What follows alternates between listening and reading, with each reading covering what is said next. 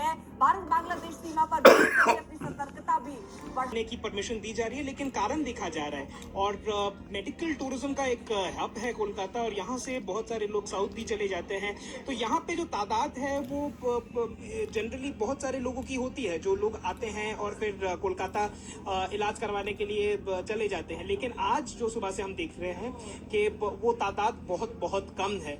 हालांकि कल ट्रक जो थे, जो गुड्स कैरियर थे, उनको भी रोका गया था, लेकिन आज सुबह से हमारे सामने ही बहुत सारे ट्रक जिनके पास परमिट थी एक टाइम लिमिट के भीतर, उनको अलाउ कर दिया गया।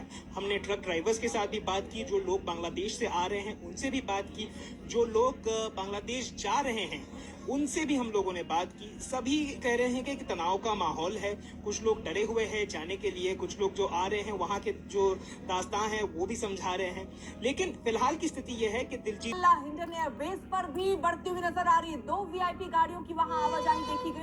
एयरबेस में कल से शेख हसीना मौजूद है। जो गाड़ियां यहाँ मौजूद हैं वो बड़े नेताओं के लिए होती है। माना जा रहा है कि यहाँ हलचल और तेज हो सकती है। वीआईपी गाड़ियां गई हैं। दूसरी तरफ आज सर्वदलीय बैठक भी रही, जिसके बाद ये भी विदेश मंत्री ने कहा कि अभी शेख हसीना को लेकर कोई बड़ा फैसला नहीं किया गया है। बिल्कुल, एक तरफ जहां एयरपोर्ट पर लगातार हलचल है, तो वहीं दूसरी तरफ आज जो सर्वदलीय बैठक हुई। चुनौतियां अभी भारत के सामने नजर आती है। एक तो घुसपैठ को रोकने के लिए, जिसके लिए देखिए टीटी वहां पर पहुंचे हैं। शेख हसीना को लेकर अभी सस्पेंस की स्थिति बनी हुई है कि वो यहाँ कब तक रहेंगी, क्या आगे होना है, उसको लेकर भी अभी स्थिति। और साथ ही साथ यहाँ पर भारत की नजर देखिए इस बात पर भी है कि बांग्लादेश ही ऐसा देश जिससे एक मित्रतापूर्ण संबंध भारत के रहे हैं। अब वहां अस्थिरता आना भारत के लिए भी चुनौती लेकर आएगी। भारत भी ये बात समझता हुआ नजर आ रहा है। लेकिन ये हम तस्वीरें भी आपको साथ साथ दिखाते हैं। सर्वदलीय बैठक भी अब थोड़ी देर पहले हुई थी, वो खत्म हो गई, जिसमें सभी दलों के नेताओं को बुलाया गया था और जो स्थिति है, जो हालात है, उस पर किस तरह भारत एक्शन ले रहा है वो भी बताया गया। वहीं दूसरी तरफ जो करीब 4000 किलोमीटर का सीमा जो बांग्लादेश से भारत की लगती है, उसको देखते हुए वहां पर चौकसी बढ़ा दी गई है। बीएसएफ की तैनाती की गई है। बीएसएफ पैनी नजर वहां पर रखे हुए हैं। बीएसएफ के डीजी वहां पर बॉर्डर पर पहुंचे हैं और वहां खुद ग्राउंड पर पहुंचकर वो स्थिति का जायजा लेते हुए नजर आ रहे हैं। लेकिन भारत के लिए जितेंद्र कितनी बड़ी टेंशन दिख रही है के लिहाज से अगर देखा जाए तो इतना लंबा पूरा ये बॉर्डर है, 4000 किलोमीटर से ज्यादा जानकारी दी। और इस बीच अब ये भी खबर आ रही है कि संसद में भी वहां के हालात और भारत की नजर पर बांग्लादेश से जुड़ी हुई और खुफिया एजेंसियों के हवाले से खबर आ रही है कि बांग्लादेश में तख्ता पलट का मुख्य जो किरदार है वो इस्लामिक छात्र शिविर यानी ICS है, जो कि जमात उसके जरिए ये पूरा किया गया है। और जानकारी ये भी है कि पिछले 1-2 सालों से लगातार जो उनके संगठन से जुड़े हुए लोग, इन सब के बीच बता दें, शेख हसीना के बेटे ने आज तक से खास बातचीत में भी ये जिक्र किया था और ये कहा था कि उनकी पहले तो मां बांग्लादेश नहीं जाने वाली हैं अब आगे भी, और दूसरा ISI जिसकी खबर हम चला रहे हैं उसकी आशंका भी उन्होंने व्यक्त की थी।